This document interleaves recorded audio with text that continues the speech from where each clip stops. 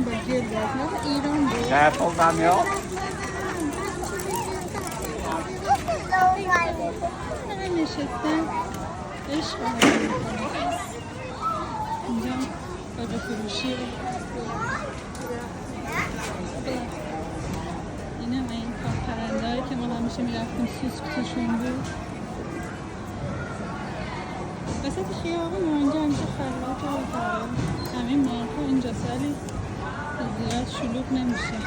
منم وسط شهر بازی درست کردم چون تعطیلاته دو هفته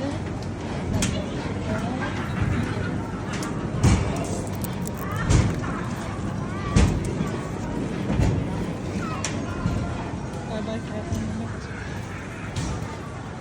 ایران همینطوری بزرگ شده بابا برای تعطیلات ما برنامه‌های ویژه‌ای داشتن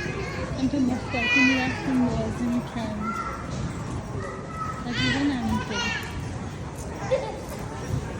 یه دونه کارت باقلوا رو میدادن از شرکت بابا